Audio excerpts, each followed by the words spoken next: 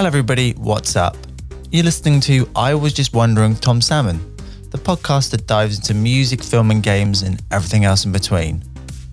My guest on this week's episode is HanXiong Bo, who wrote, directed and produced his latest short film Drifting, which tells the story of a young man struggling with his gender identity after being raised as a girl in China. Drifting had its premiere at the San Sebastian Film Festival in 2019, and it was nominated for the Best Short Film Award at the festival and was a semi-finalist at the 2019 Student Academy Awards. We jumped into HanXiong's experience being a maths student in Beijing, making his first no-budget zombie short film City of the Dead, and how he found his filmmaking voice at UCLA, and what it was like working as a camera operator for one of America's most celebrated film auteurs, Francis Ford Coppola. So, if you're running, stuck in a traffic jam, or sitting behind a desk at work, I hope you enjoy my interview with HanXiong. So you're on the promotional run for your latest short film, Drifting. How's it been going so far, and what kind of promotional issues have you run into due to the COVID-19 pandemic? I didn't do much promotion actually. Right now, the film is in the festival circuit, so I'm just started getting more festivals. But since this COVID thing, I plan to travel a lot. I just love to see the world with this film. But right now, I just visit all the festivals, go to online. So it's just pretty much just staying at home, waiting for those online festivals.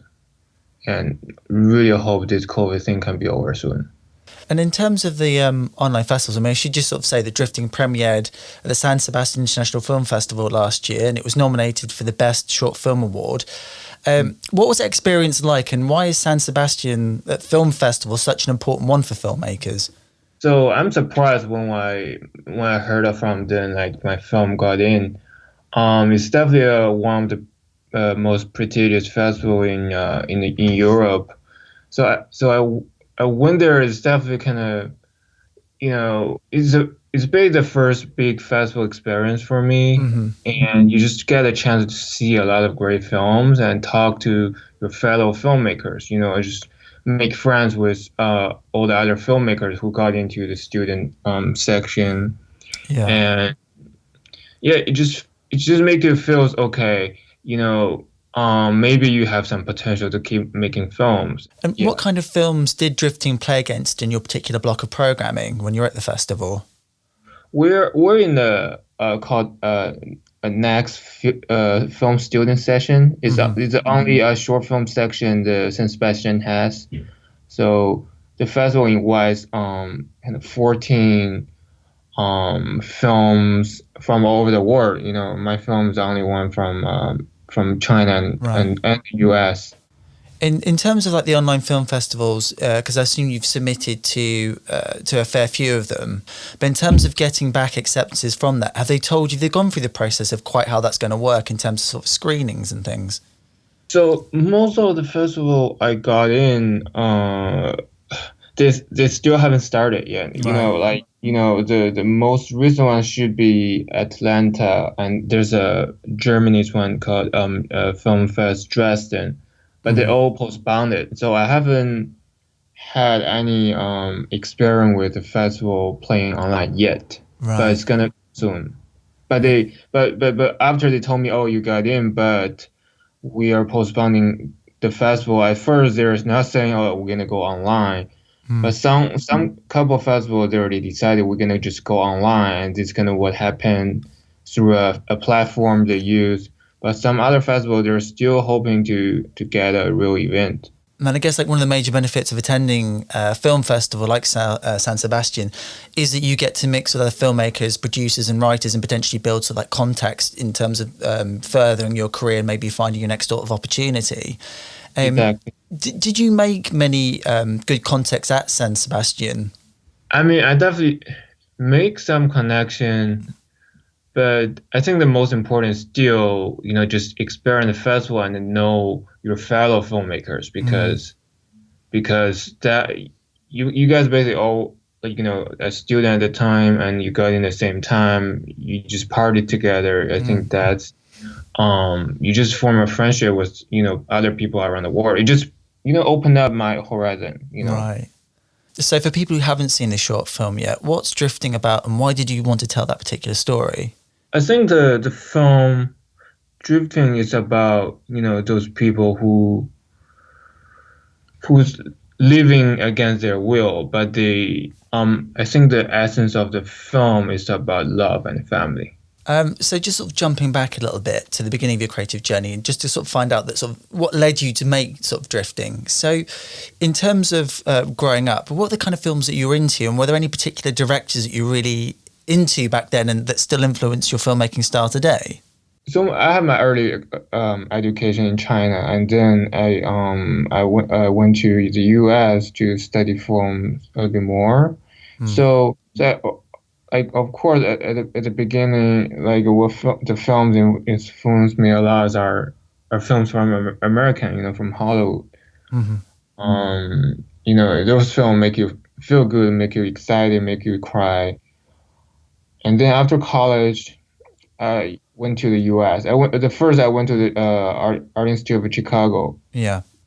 So it's art school. It's totally different than other the film traditional film schools. They just ask you to reflect, ask you to watch a lot of stuff. I won't see those films in China. I can't find those films in China. So I started to see a lot of film from Europe, and start to kind of watch a lot of classic films. I mean, at that time, one of the filmmaker, Michael Haneke, Okay. influenced me a lot. I love his style. It just feel some films by the filmmaker just connect you immediately. Yeah. And at the time, I watched a lot of also Asian cinema. Like you'll be surprised. Like growing up in China, all you watch are American film. I Right. barely some Chinese film. Chinese language film. But some Chinese language director like Ho Xiaoxian, Wong Kar-wai, they're huge. Sometimes in the art wars, but I don't even know that. So I watch a lot of them. Edward Young's EE. The film's called EE. Is like one of my favorite all time. Yeah. And then I went to, I got in UCLA. UCLA is the film school I applied at first. I didn't get in, so I went to the Art Institute first. Right. But I keep applying the film school, so I got in, and just came to the Hollywood. But I just because I went to the art school.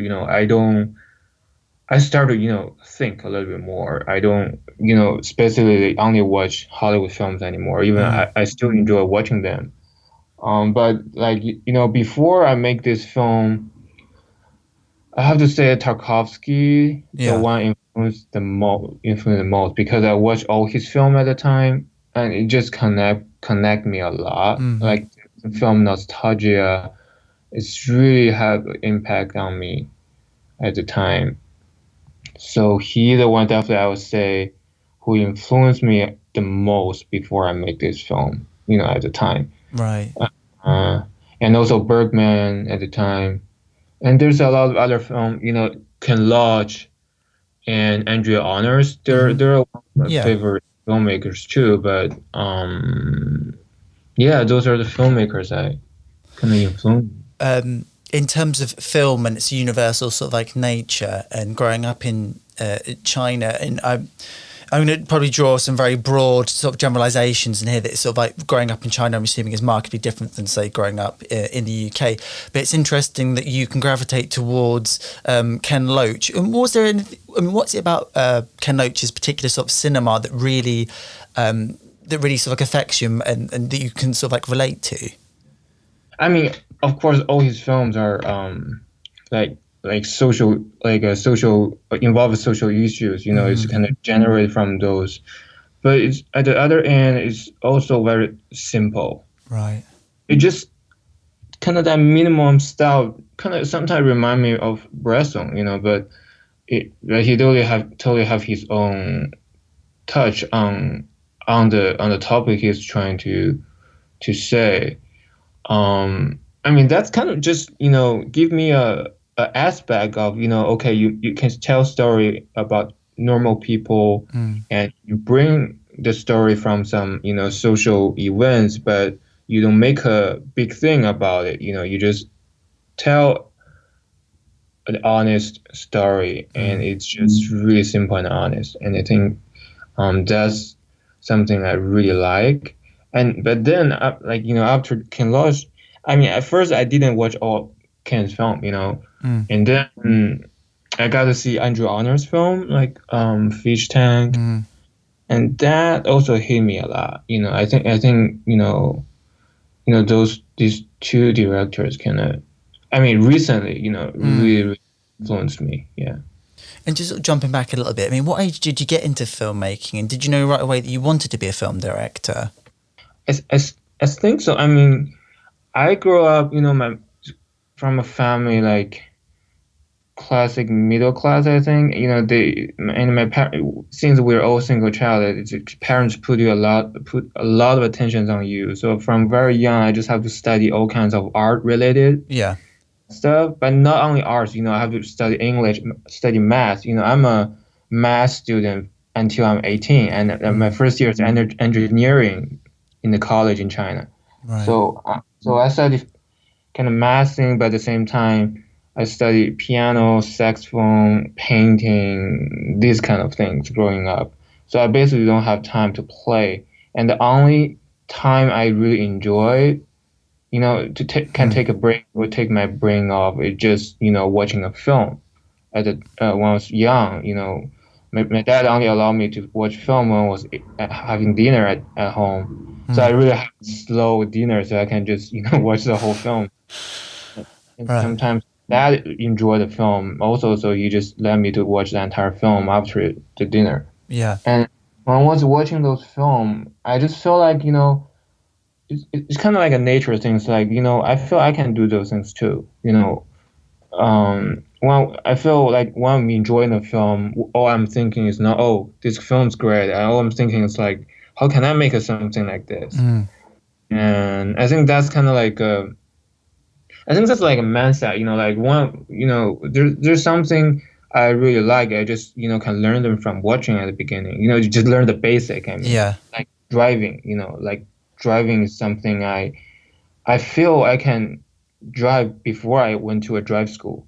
Those kind of things. You just observing, you watching, you have passion on, and you just want to tell something.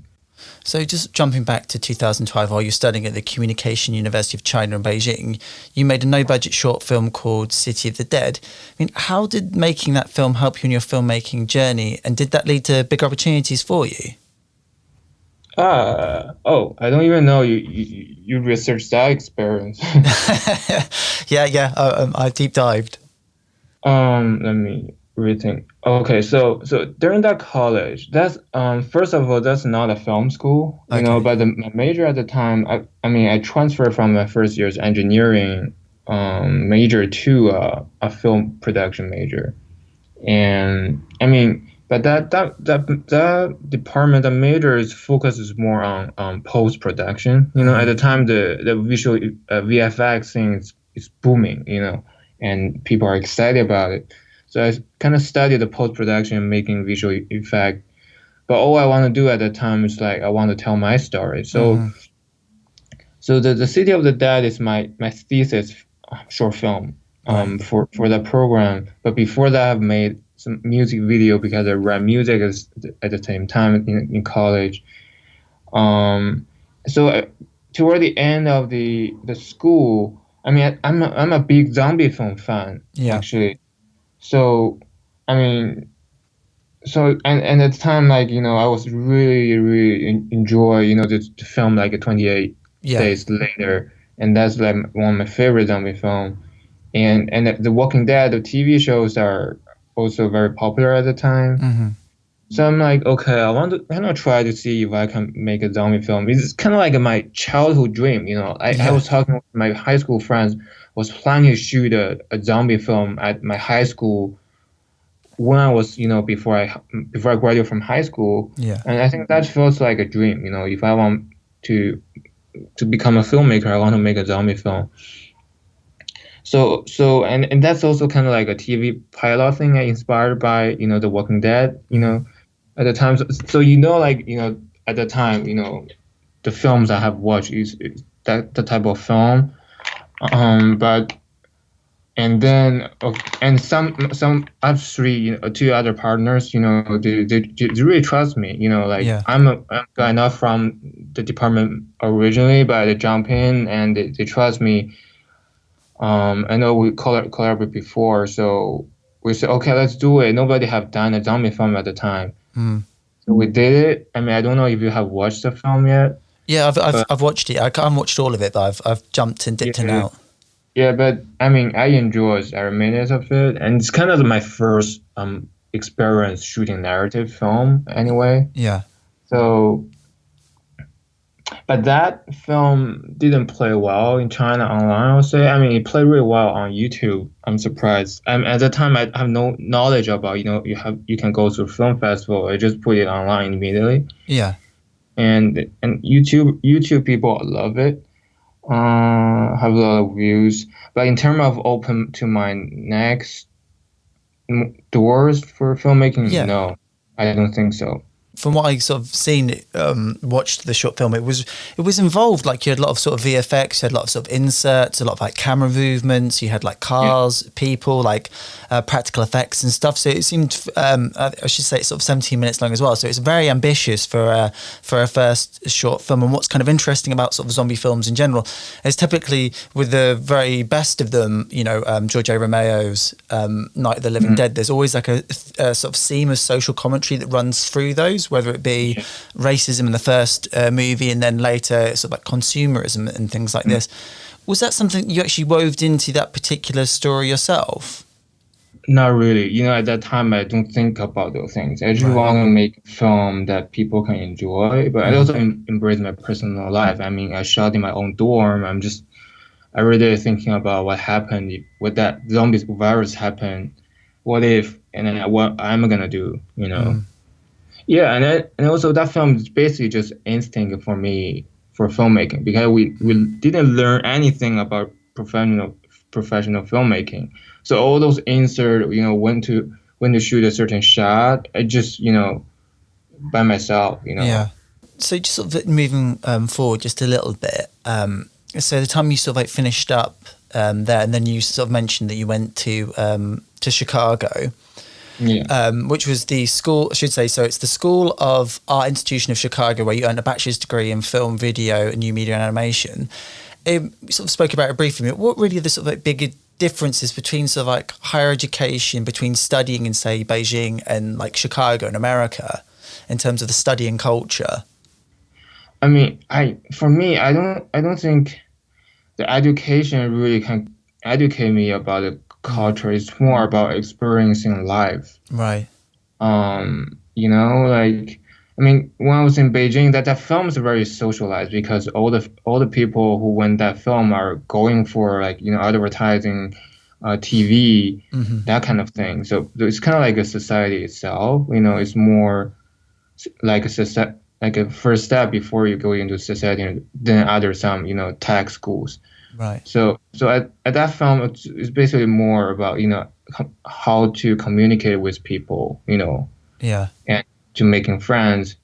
And when I was in Chicago, I mean, and to be honest, I think if you go to another country, it's really good for you to understand your own culture, because when you are in that culture, in that society, you're kind of brainwashed is not the right word, but you just involved in it. You don't think objectively, from outside the bubble, but when you travel, you immediately feel, okay, this is different than my culture. What is my culture? The first thing I started to think.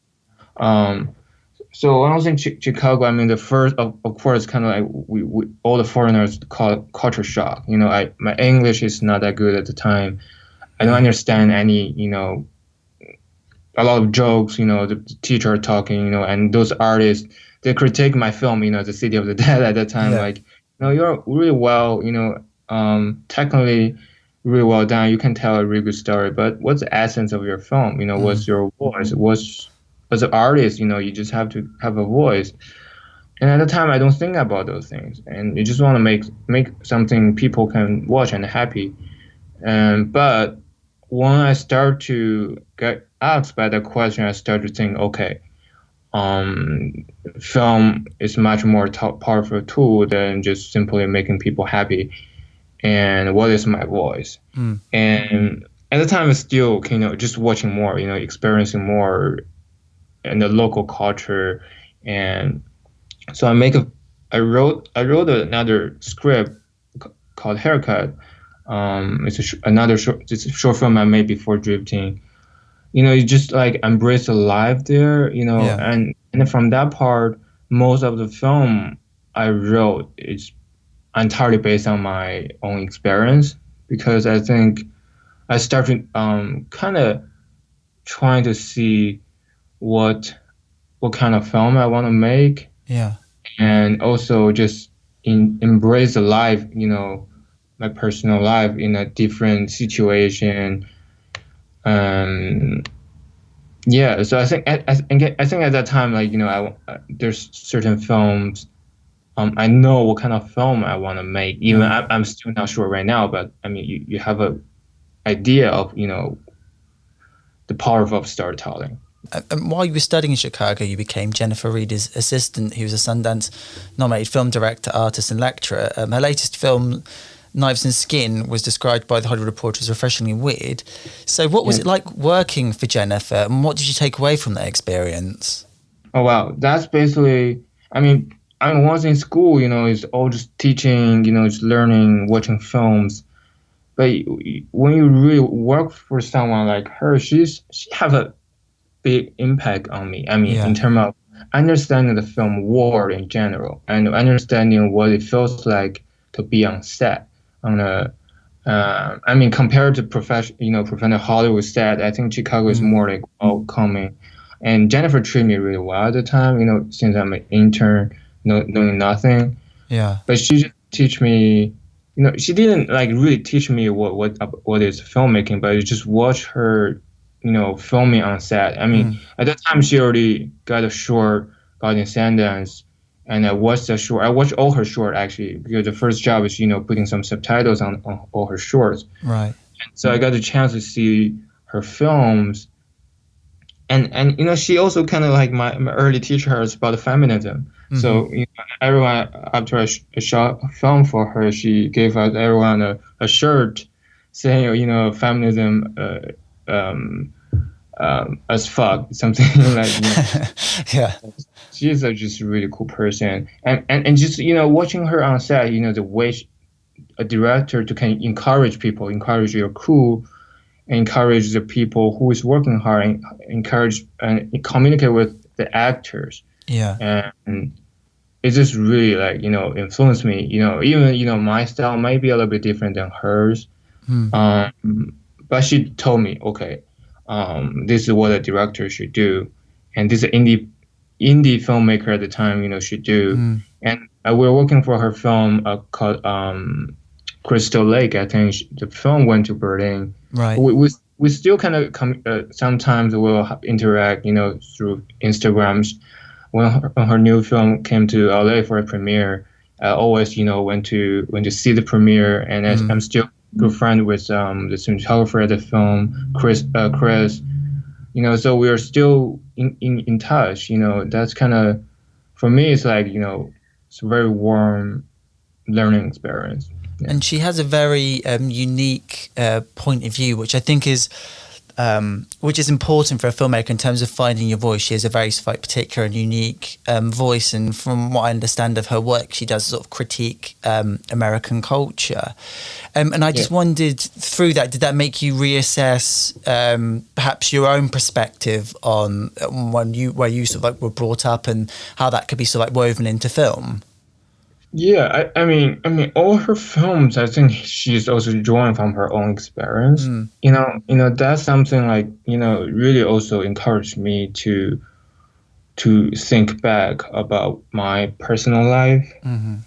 And, in that sense, I know she's from Ohio, I think. Her views on Americans in general and also America is also have a huge impact on me as well. So just following on from that, as you sort of spoke about, you went to UCLA in 2015, you studied a master's degree in film directing, and around the same time you worked as a camera operator for Francis Ford Coppola on his film Distant Visions. So how did you get that job, and what was it like working for one of America's most famous auteur filmmakers? Oh, well, at first I'm just super happy and excited. So how I got into the job is it's funny, Coppola is a alumni from UCLA, our program. So I think at the time, just suddenly the school sent out emails like, oh no, Coppola gonna want to work with us, to kind of shoot his new project. Yeah. And we love to see if there are any students who want to apply this. Of course, all the students gonna apply for it. Yeah. I mean, because it's not like entirely film. It's a film, but it's more experimental. It's called live cinema. You can read somewhere online. Right. So using the television technique. Everything's live. But there's editing. It's basically real editing live and broadcasting a film, a story. We're shooting we're shooting. And the set is changing during the commercial. So when the commercial is over, we get back to the story. It's another scene, that kind of thing. And since it's an experimental film, and he need to shoot it in a big stage, and the UCLA have a stage. So he's I'm gonna come to UCLA, and I'm the entire film, most of the crew I'm gonna hire students, from UCLA.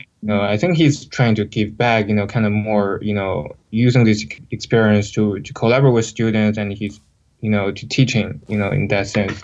So since the nature of the film needs a lot of, for example, I'm in the camera operating team. Yeah. We have 18 people, I think, for the camera operator. But of course, the head of the cinematography department, his name's Mihai. He shot the master. He's a really, really nice guy, and we learned a lot from him. And just being on set watching Coppola is just a joy, And he's also a very, very nice person. Really easy to talk, and he's always trying to give back to the student, talk about his past experience. So I think I remember the most. I think the most useful thing is that he talked about his experience, be the director of The Godfather. Yeah. He said at the time Marlon Brando is just very supportive to him, and at that time he's just a new director. Yeah. If he doesn't have that support, he might not get a job. He's trying to cast the Pacino, right? But the studio doesn't support the idea, so he just going back with back and forth with. But the most important thing he said, you have to get your actors to support you, and sometimes on set you just have to be really close with your actors, because they perform they're doing that the acting sometimes for something, for someone, and most of the thing that's for the director. And so that's something like I started, to think. I don't want someone to influence my entire filmmaking. Like I'm gonna copy Coppola, but I have my own, method. But that thing really, make me understand the relationship between the director and the actors, and I think that's very important. And also just watching Coppola, directing and being on set, what kind of a present he is.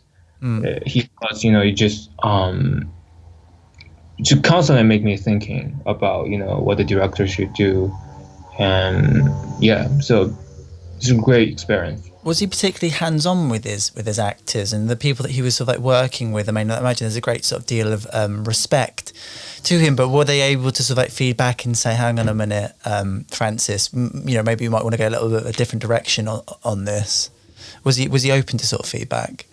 So during the film, we as a like we work as a camera operator, we don't get a chance to to talk to him a lot because he didn't give any direction directly to us. He communicated with his head of all the other departments like art and camera. So, but at that time, because we're like a live show, so everyone have a kind of headset, so we can hear the way he communicate. He's just very nice, gentleman. He never screamed. I think I think there's only one time he's not happy. Like we're shooting a big big blue screen backdrop thing. It's a period piece, so there's involves a lot of like extra actors and I think and it's supposed to be a rainy day, I think, but I think the art department doesn't want to wet the whole set, whole stage. They just using that thing, flowering the flowers and the plants just to give a touch on some water feeling. And the Coppola is happy, like I want a big rain. That's what kind of rain is that? Yeah. And he got a little bit impatient. He just keep pushing the art department. Okay, more water, and then the end result is just entirely different than the reason. The whole set is raining and it's drinking waters, and then he's happy. He just definitely have a passion on the thing he really want to do. Yeah. But also, even he's huge, but when you're really working for someone, the status of that thing at the beginning, you admire him, is real, it's true. But later on, you can still hear some people complain. It's still like you're in a normal set. Every crew members will kind of gossip or critique, the way director do it. And I learned that too. Also, okay, when you get on set, the director job is not making everybody happy. The director's job, doing his job to realize his vision, and that sometimes will make people unhappy. I think that art people dripping the rains, they're not happy at the moment because they're a target. Everybody's quiet and Coppola just talk to, okay, art depending what you guys doing. But then you realize, okay, you can't make everybody happy. The most important thing is just to get the work done. And I think that's very, very important. But during not filming, he's just a normal, nice guy. I get a chance to talk to him, personally when he's in the loading dock and he's just relaxing himself. Just sitting at the stair alone. Nobody's talking to him. He's just staring at. He's just like letting his mind out, I think. And at the time, like I don't want to disturb him. Yeah. But then okay, this is one of the chances in my life is to talk to him. So I just want to talk to him. He been to China. He knows a little bit about China, and we just talked. Just really, really nice person. Wow, is that is that a motorbike in the background? Yeah, I'm sorry. It's really. It's not a problem. I just wondered if you could still hear me over the noise. Yeah, I can hear you. Okay. So it just sort of summing up that particular period in your life when you were sort of like in higher film education for sort of 2019 all the way to sort of 2018. How do you think your artistic and technical skills sort of grew over that period? And what do you think was the biggest benefit and drawback from choosing that sort of film educational pathway in your opinion? At first, if you went to a traditional film school, technically they just teach you, how to shoot a film, how to tell a story. I think they're teaching you a language, but in the U.S., sometimes it means a specific language. Yeah. It's more like Hollywood style involved. It really depends on who's your teacher at the time. So, but I learned them basic. It's very important to know those basic rules of the cinematic language, and then you can break it.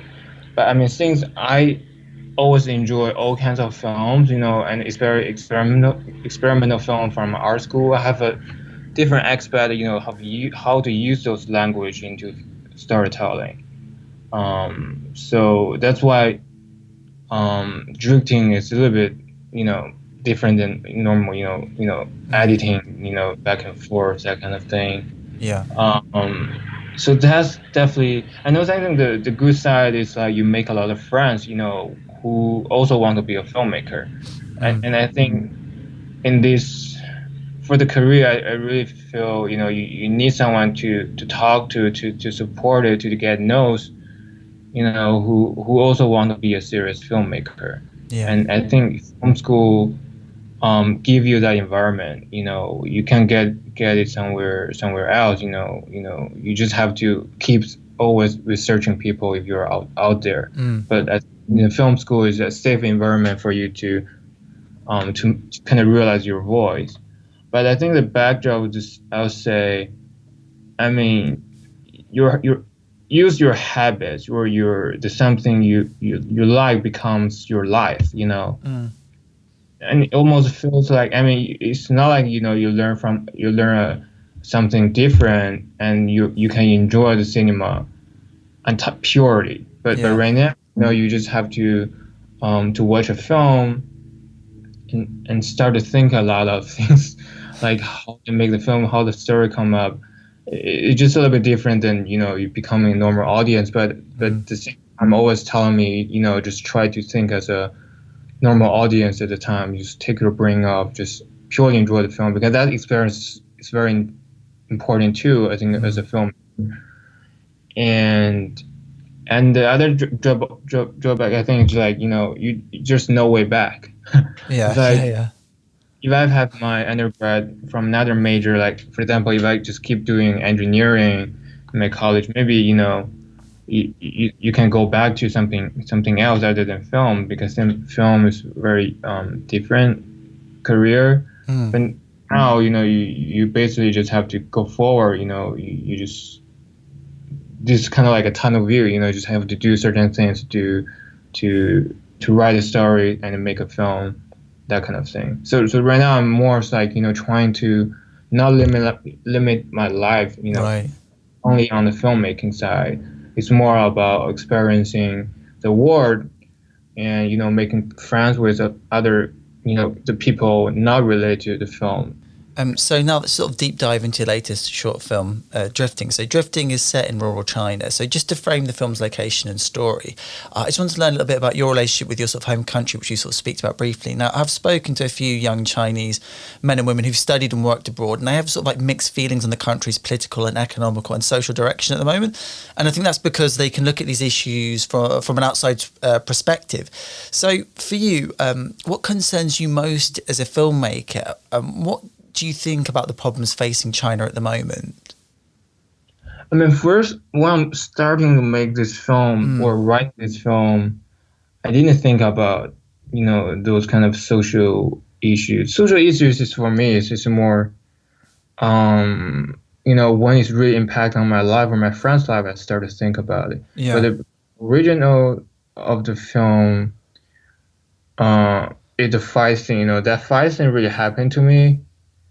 Like, that's a year before I wrote this story. Like, I was in China, visiting my family in Beijing during the summer break, and the day before I got to fly back to the U.S., I went to play basketball with my parents on the other side, playing badminton. Our family like to do some sport because we think that's very important. And I'm a very competitive person, and when playing basketball, I got involved in a fight with, the 5 or 6 other people. At the time, I don't know they're all together.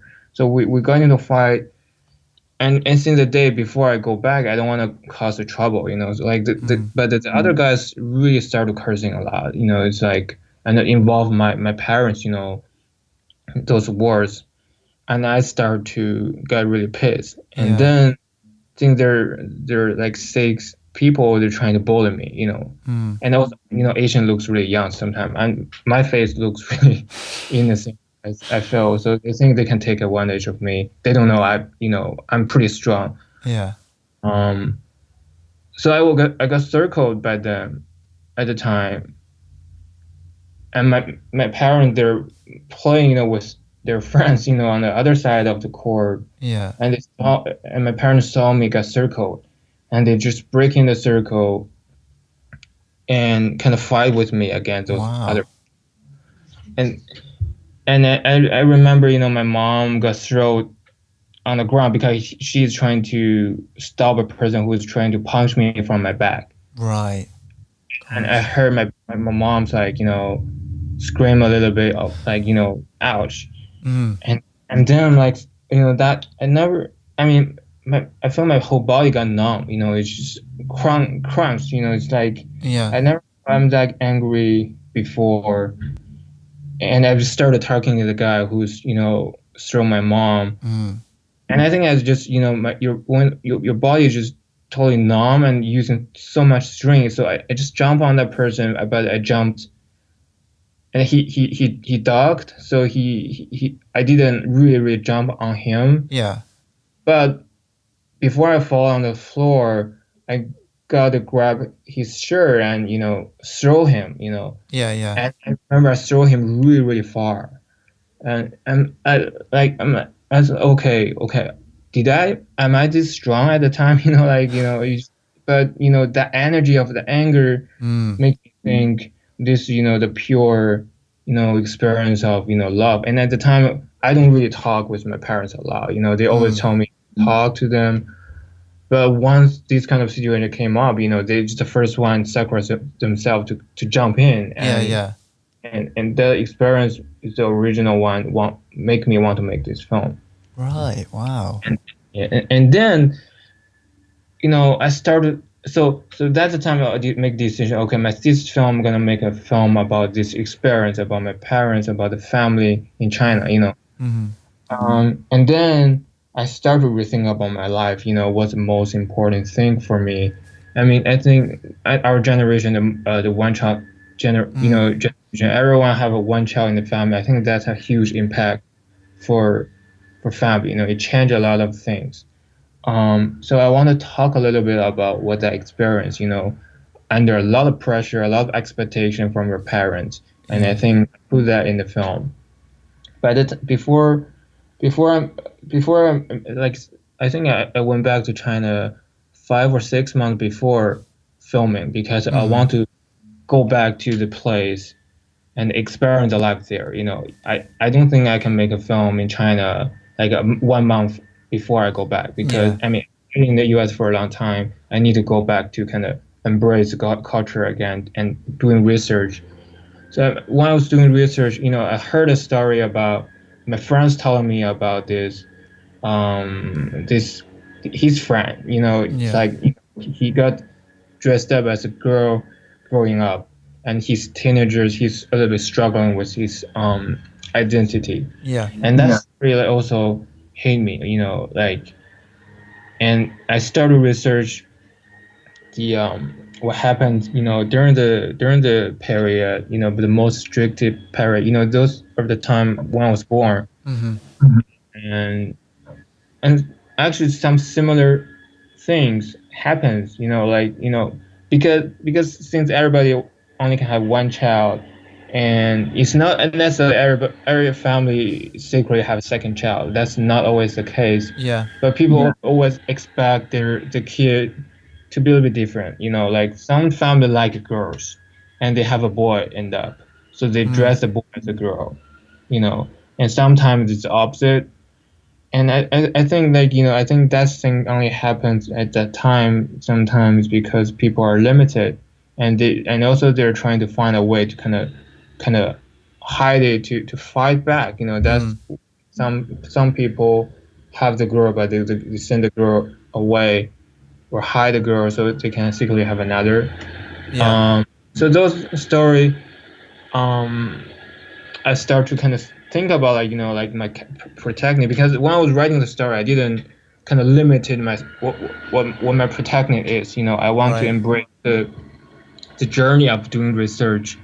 So that story just come into my my mind, and then I mean also the experience of drifting. Like Mm.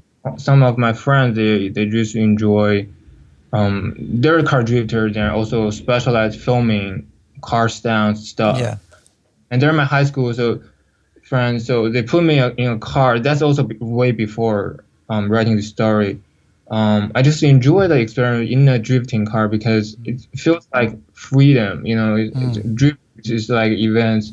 You basically control your car losing control. Yeah. So it's on the edge, and I think that feeling is like very similar to a character, my protagonist feeling. And also, I want to make a film for a little bit younger audience.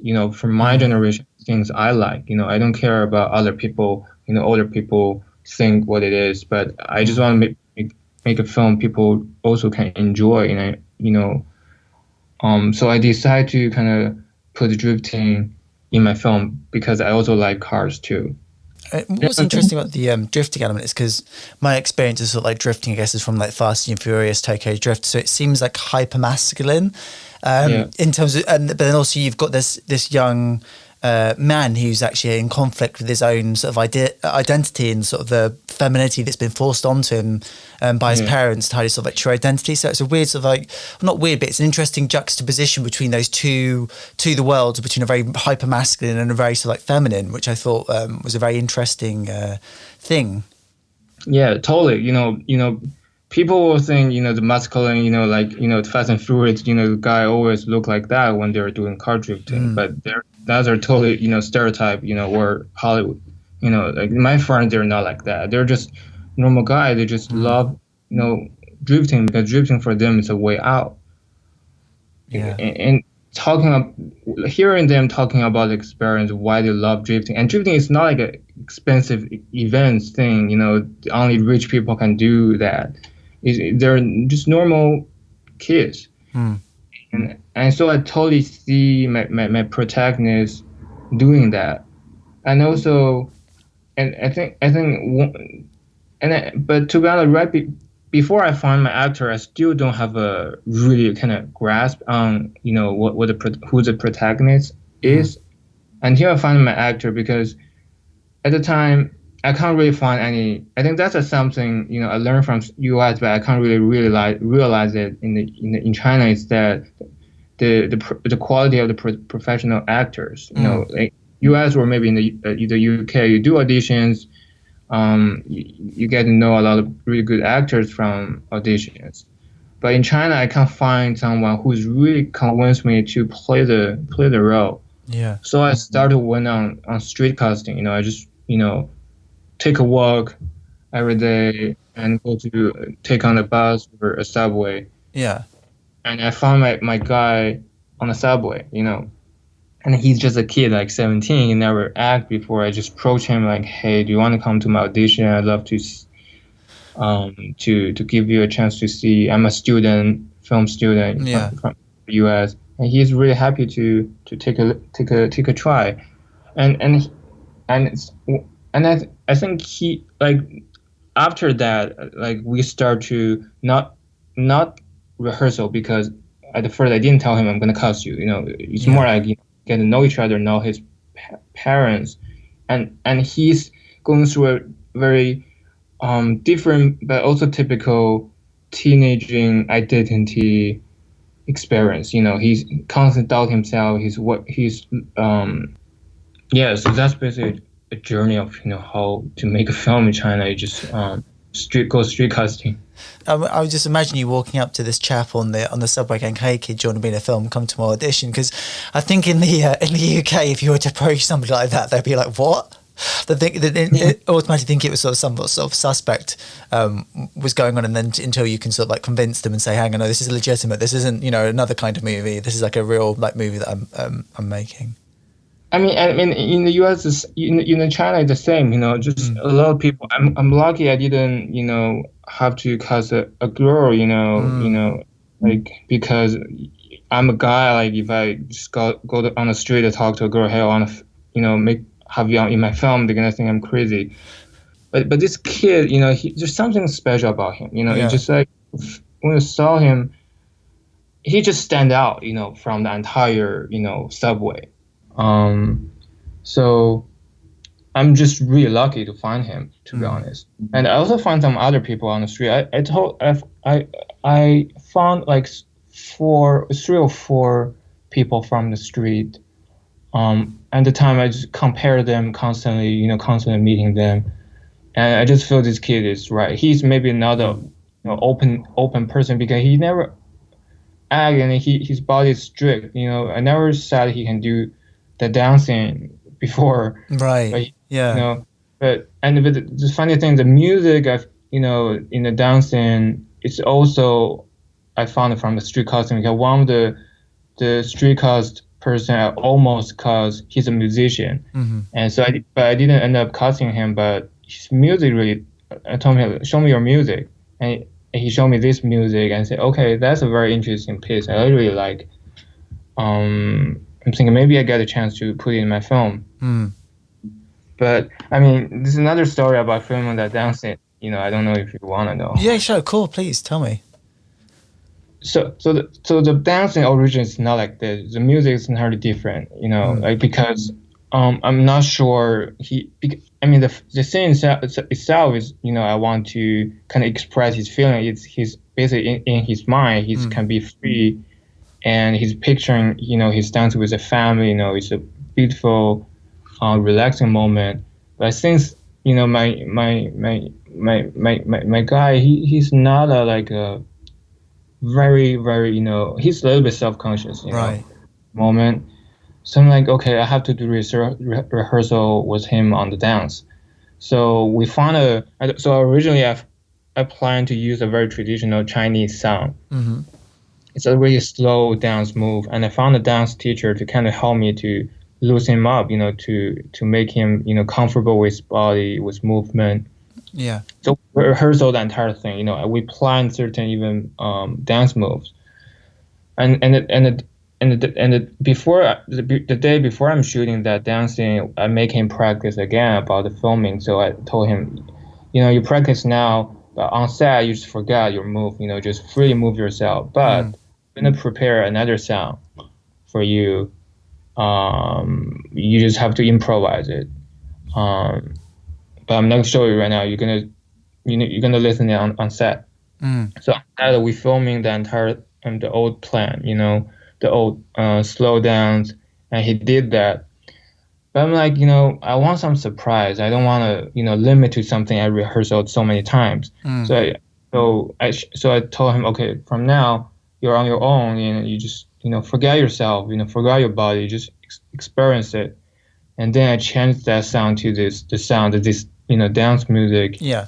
And he did it, because I was planning if he can do it, I'm fine. I have a safe take, Yeah. Like he totally surprised me as a non-actor before, and I think that's involves some trust in me, and I'm just totally, blown away by his willingness to give out himself to that certain level, and I'm really moved by the dancing. What I wanted to jump into a little bit actually was a particular scene that I was sort of curious about, and I wondered if you'd just give me like a little bit of a director's commentary on that, because it sort of really fascinated me.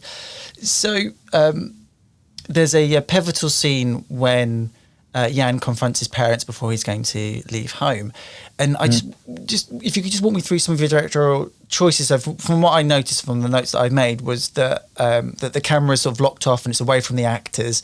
The scene's center framed and the actors are covered in one take, and I was very curious about why you particularly sort of chose to approach that scene in that way. I mean, the way to shoot it, I was inspired by the environment. I mean, the window, the door, the separation, you just, kind of step back and you just observe them from an angle. And I think the graphic, the different windows separate different person. And that, I mean, when I was doing location scouting, that's something like always keep in mind. Maybe that composition can fit into this scene. But once writing the story, just slapping himself. I think I draw from my personal experience. Right. Sometimes you fight with the parents. You you just communicate. There's no way to communicate. You know, the only thing is just like kind of self-destroying to make them feel painful. And that's kind of like a dynamic I think a lot of children at, you know, universally, you know, experience, you know. It's just like, you know, if you want your parents to listen, you sometimes have to hurt yourself or you walk away. You know. So the way to approach that thing is coming from that, you know, personal experience. Yeah. But talking with my actor at the time, I think I remember I told him, okay, this is the moment you should release all your anger. Since I don't allow you to speak any lines in the entire film, I have to use anything you can to kind of make. And I talked to the dad, you know, you're not allowed to look at him, you know, once he's eating. So I told my actor, like, you know, you have to do everything you can just to draw your dad attention at the time. So he just improvised a little bit, you know, beating himself and involved it with the mom. You know, the mom, the one always empathy with his own son. And why was it important for you that scene be entirely scored by the sound of the bubbling fish tank? I mean, that's also inspired on set, you know, like, first of all, we can't really turn off that fish thing. And I also found it's very interesting, like, because the fish tank, that kind of bubbling thing, towards the end when we camera push into the father, you know, all the tension on the father. And I feel that sound kind of really imply his, you know, inner voice, like, you know, obvious, you know, until his sons have left, you know, he, you know, finally can really look at his son, you know, even his son is gone, and his inner words like a boiling water, that kind of thing. I think the sound turns to a boiling water sound towards later when we do the sound design. And also kind of crossfade to the herd of the sheep. And, you know, that's something, you know, we capture on set, but in the post we realize that we can really, you know, make use of that. And I just want to jump into a little bit into the cinematography here for a moment. I mean, you worked with Dutch cinematographer, I'm probably going to butcher his name, Jolie van Hoorn, I think. Jolie van Hoorn. So you worked with him on City of the Dead. I mean, did he have like a particular look and color scheme in mind before you started filming the short film? So I and Joey, we worked, you know, on the City of Dead. At the time, we were both senior students, you know, from different schools. He's from the Beijing Film Academy, but, you know, and then I just go abroad, and he just keep working in the Chinese industry, and he have done a couple features, you know, got really good reviews. You know, he's a, you know, working in the industry cinematographer. I know, but we sometimes will communicate. And he knows I was studying at UCLA, it's a really good film school. So before, I just, you know, get in touch with him. Like, hey, you know, this is my thesis film, and the story is like this. Do you want to work on it? I mean, at the time, like, since I haven't worked in China for so long, you know, I don't know the kind of how to work a film set. I need someone who understand that, but also have a little bit, you know, outside people. Since, you know, he's from Netherlands, but he work in China, so he can understand both. You know, I think he's the perfect person to kind of to do the film, but. I mean, you know, Chinese film industry, or sometimes a little bit like Hollywood, you know, they tend to make everything look the same. I think he felt that at the time he have done, you know, all the commercials, all the work, you know, looks are very similar. So I talked to him like, I want something different this time because I want this film to feel really realism. So I asked him like, if there's a way we don't use any film lights in the film, we just capture what it has on set, or use the practical lights. And I just want to see the beauty of the reality, you know, what it really is with those, you know, light. And he said, yeah, let's do it, because I'm tired of a lot of traditional things. I want to do that. So we agree of course we share, some, reference, but we agree that, most of the things we don't use any film light at all. Right.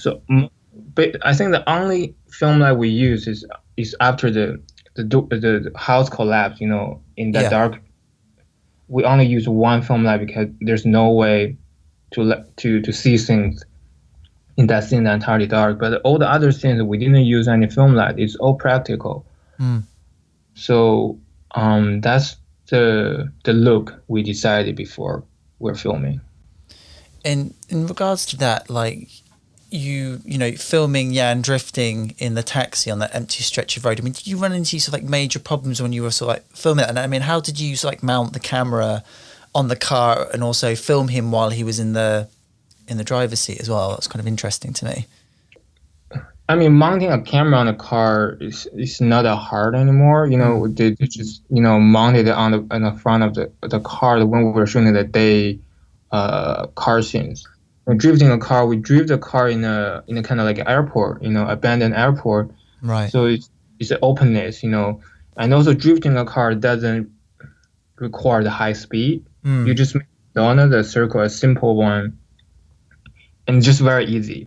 So during the night thing, when with the families in the car, there's all really him drifting the car, and you can see the parents' face are really like scaring. I think we captured that, but at the same time we guarantee everybody's safe. We have sounds constantly there. But the last shot, the fireworks, that requires a higher level of driving skill than drifting skill, and that's a car stunt driving. Right. I think he's drifting in his dad's old taxi car, I believe. Oh, yeah. I would just wonder where you got the car from. Oh, from my friends, they were drifting their cars, so I actually used my friend's car, and then we painted it all red and make it look like like a Volkswagen and car and put a taxi logo on it. That's our department's work. But I mean, all the drift cars are very, very old. They are not allowed to on the road anymore, so they just only use it for drifting, and the old look also sync with the old taxi we're picturing. So we were lucky to find the car and do it. And also just one sort of scene that I just want to draw some attention to as well was I was particularly struck by the lighting in the fight scene on the bridge, but the coloured lights are actually underneath the bridge's railings. It looked otherworldly yet sort of mundane in a very sort of strange way. And what kind of put in mind of what Harmony Korine does in a lot of his movies, like he'll put coloured lights hidden away under sort of like objects, and you'll get that sort of really nice sort of like really otherworldly sort of like glow. And I just wondered, picking that particular location, was that something you kind of had in mind as those sort of lights change colour and the fight sequence and that sort of stuff? Yeah, I mean, I was always amazed every time I go back to China. There's so many lights, in the city. I mean, the lights on the bridge, it wasn't there on that bridge. But there's a lot of other similar bridge with that kind of light. I'm like, okay, this is like a tunnel to me. It's like, you kind of go through a tunnel in your life. You just, from this side to the other side. I think this kind of like at first I want this bridge to be a metaphor. Every time he go to the other end, he can drive the car. But every time he go back to this end, there's bullets waiting for him. There's family waiting for him. So this bridge is important for him. So that's why he always kind of, space out on the bridge, to kind of ease himself. And then this light is for me is just, I just fully immersed by the bridge, having that light. I'm talking to my art department, this is a light I really want to use on the bridge. So we just put it there. Right. Oh, okay. So you lit the whole of the bridge that way. Yeah, I think they just purchased the light online and just put it on the bridge. It's not like a very, very difficult thing. Right.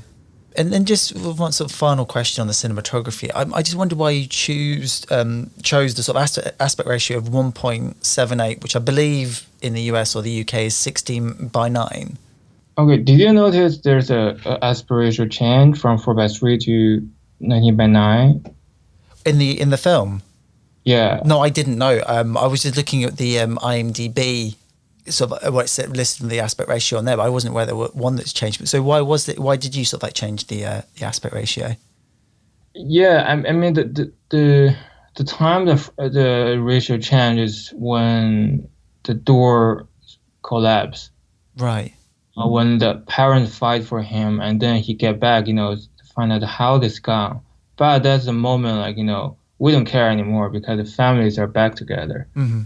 And that's a moment for me. It's kind of a big releasing moment, for the main protagonist. So the aspect for me is like more his inner world. Like, before, but three is really like constrained, restricted, feeling, because the film before is also, about his pain and his inner self.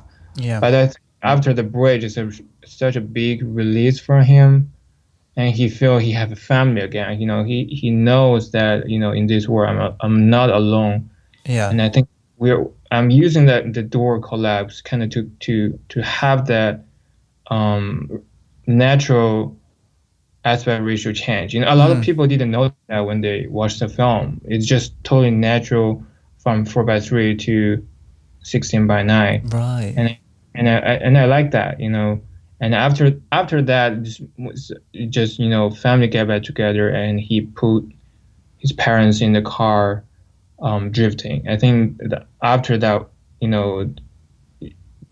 all those scenes are about, family reunited. So just sort of like looking back at the filming sort of like process and all that kind of thing, is there a scene or moment you wish you could go back and reshoot for any reason? Not really. I mean, to be honest, this film surprised me a lot. Right. First I embraced improvising. So the actor constantly surprised me, and I really enjoy that. Like in the U.S., people like to plan everything. Right. And I like to plan everything too, but also I feel this film I'll allow myself to not restrict my previous mindset. Just embrace a lot of things happens on set. So there's some, there's a lot of, accident. Like, the dance for me is an accident, and Right. the heart of the sheep is an accident. We didn't plan that. So I think a lot of things are surprised me, and Yeah. and also the car drifting. The people are in the corner of the frame when during the daytime he's drifting. That's because they're drifting the rig that put on the car drift away a little bit. And that's an accident too. So I like every moment of the filming. There's Right. no, at least for now, maybe a couple years later, I can rethink about the film to feel, okay, this one can do better. But for now, I don't have any. Okay. And just a sort of final question on the sort of production sort of like process. Once you sort of locked the edit and finished the post-production, how quickly did you start sending off drifting to film festivals? I think right away. I mean, I think we've started to submit while we are still working on the sound. I've done a couple of versions of sound. I'm always not satisfied with it. So but the festival can't wait. So I just during the post-production already started submitting. Yeah. And just sort of finally, how will you sort of personally and professionally measure the success of drifting moving forward in this sort of post-COVID-19 world that's really thrown sort of like filmmaking, film festivals and cinema upside down? And do you think it will have like a negative effect on the film at all as you sort of progress forward? And I don't particularly think the film is successful at the moment. I just feel it represents myself. Yeah. It's a film truly. I realize my voice. No matter people like it or not, it's my film.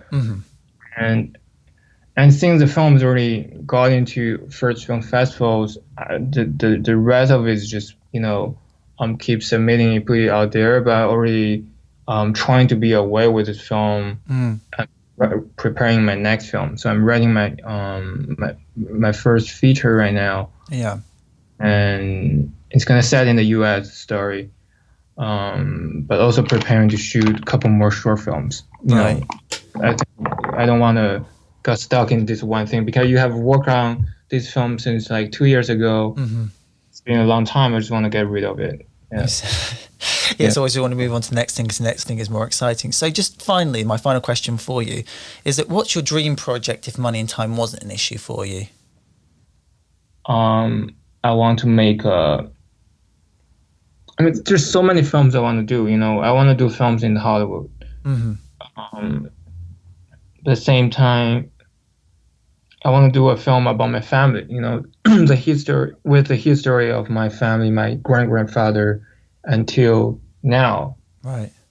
You know, that kind of thing. Because those kind of epic, time-passing thing, I like the film deal with time, and I think the history, if you have a family history, no matter it's a big history you have from a noble family or just a normal family, I want to just portray a Chinese normal family, how they pass on their legacy, from generation to generation. I think that's something I want to do. So there you have it. I had a great time chatting with HanXiong, and you can follow and watch his short film work on vimeo.com. Just hit the link in the description box below. And don't forget to check out some more great content on Rubler.com, from film reviews to video game hot takes to top 10 videos. And why not sign up and become a member and share your passion for all things entertainment on Rubler.com today. You can like and subscribe to I Was Just Wondering with Tom Salmon on Apple Podcasts, SoundCloud, Spotify and YouTube, and maybe leave a comment or review if you like. And you can support the podcast on Subscribestar at www.subscribestar.com/I Was Just Wondering with Tom Salmon right now. Thank you so much for listening to I Was Just Wondering with Tom Salmon. I've been Tom, and I'll catch up with you next episode.